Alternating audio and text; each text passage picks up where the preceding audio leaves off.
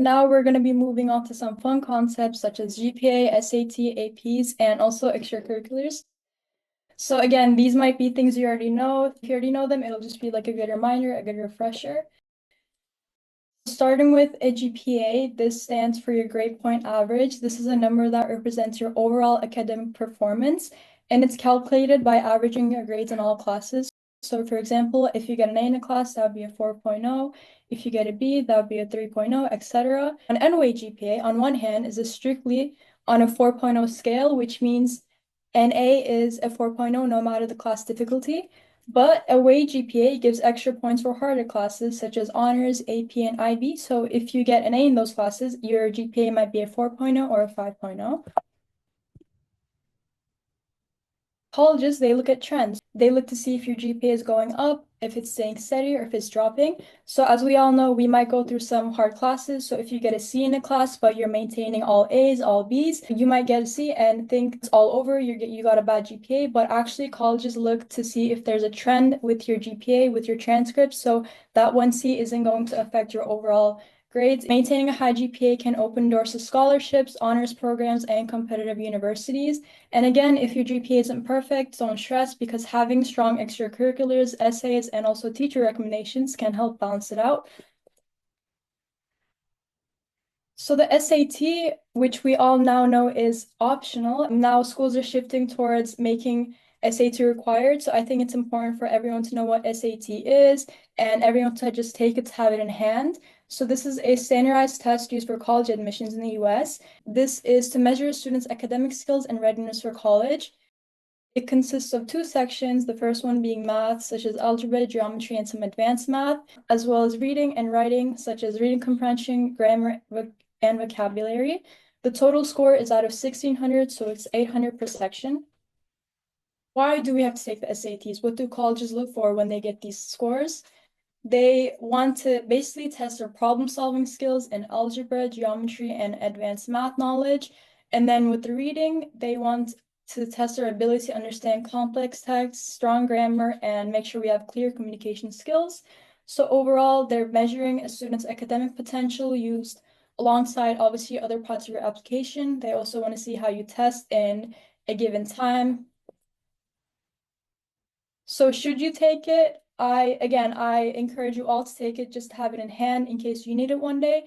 But especially if your target college is required or recommend it, yes. And the good thing about this is you can take it multiple times as most colleges consider your highest scores. Some ways to prepare are there's practice tests that we've used in the past, such as Khan Academy, College Board, and Blue Book. And Blue Book is actually the application that they use for the actual testing. So if you download this on your computer, you can take practice tests to see where your weaker questions are. With this, time management and study habits is key.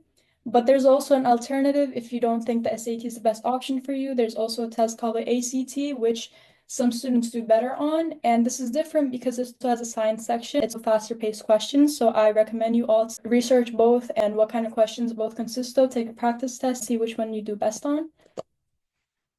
Moving on to AP classes, these are advanced placement classes that some of you may have taken or may be planning to take in the future.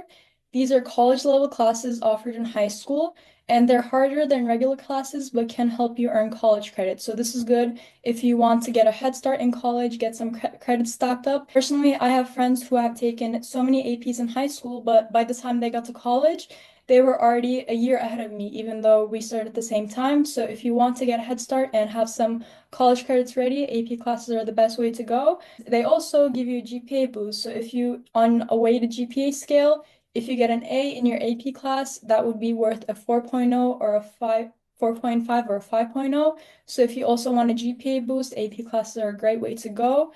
At the end of the year, there's an AP exam that you take based on a score of 1 through 5.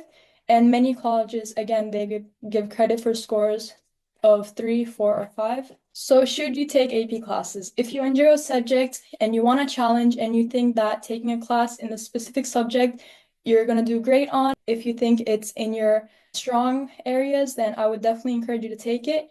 And also, if you're aiming for competitive colleges, AP classes are going to show them your academic strengths. But again, don't overload because it's quality over quantity. Too many APs can be stressful, but I do encourage you to obviously try new things that you think you would be interested in. Some popular AP classes are calculus, statistics, biology, and chemistry, or if you like social studies, there's history, world history, government, there's English literature. There's also electives such as AP psychology, computer science, and art. If you want to see some of your interests before college, this is also a great way to go. Moving on to extracurriculars, which is probably our favorite thing. These are activities that we do outside of class, and they show our passions, leadership, and commitments. So they're important because they also show colleges who you are other than your grades and your scores. So what you spend your time doing, what your qualities are. And some extracurriculars can be clubs such as debate, robotics, art, business, and chess. This can be in school or out of school. There's also sports such as school teams, travel teams, individual competitions. Some of us might play volleyball here, basketball here. There's also, if you're interested in music and arts, you can be in a band, a choir, theater, digital design, or film. It's also volunteering and internship work, so any community service that you've done, tutoring, charity work, or real-world experiences in a career field.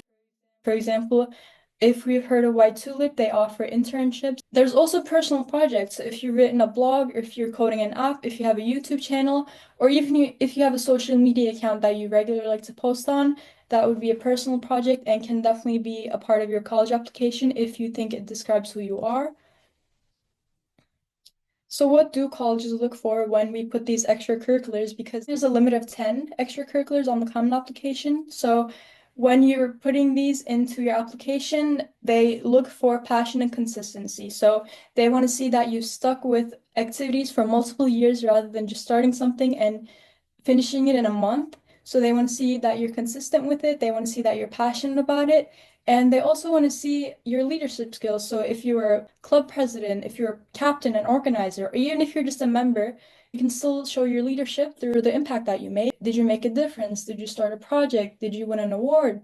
Even if the impact is small, such as in your community or in your family, in a family environment, if you're babysitting your sibling, that would also be considered an impact in your small family environment. So this is also important. The last thing is uniqueness. Having unique hobbies can make you stand out. For example, if you like or enjoy doing things that you might not hear about often, such as Rubik's Cube competitions, poem writing, etc., this is also good to add to your application. And some common myths are, if you think you need to do everything, no, it's okay. You don't need to overload on a bunch of activities because it is quality over quantity. So a few strong activities matter more than just 10 random ones.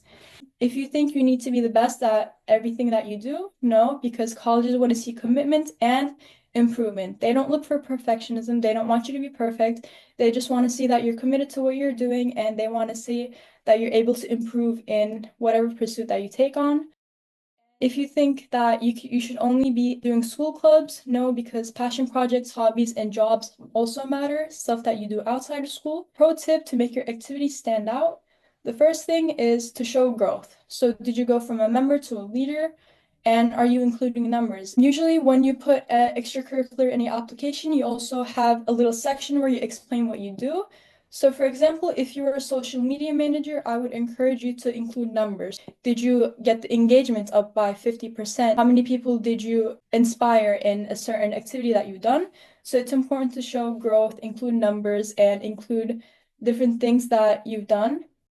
Again, highlight achievements. So did you win an award? Did you launch a project? Or did you simply just improve something small in your community? These are all important. The last one is to make connections. So how does this activity relate to your future goals? For example, if you plan on majoring in computer science, but all of your extracurriculars are in arts-based things or simply just sports, the colleges are going to be like, wait, but the student wants to do computer science. So I would encourage you to also find connections with the major that you want to do or with the career that you intend to follow. If you want to do computer science or if you want to do, let's say, medical school, I would encourage you to now make connections with doctors or jobs like that, which we can also help you find. Some final tips, I would say start now because it's never too late to do anything.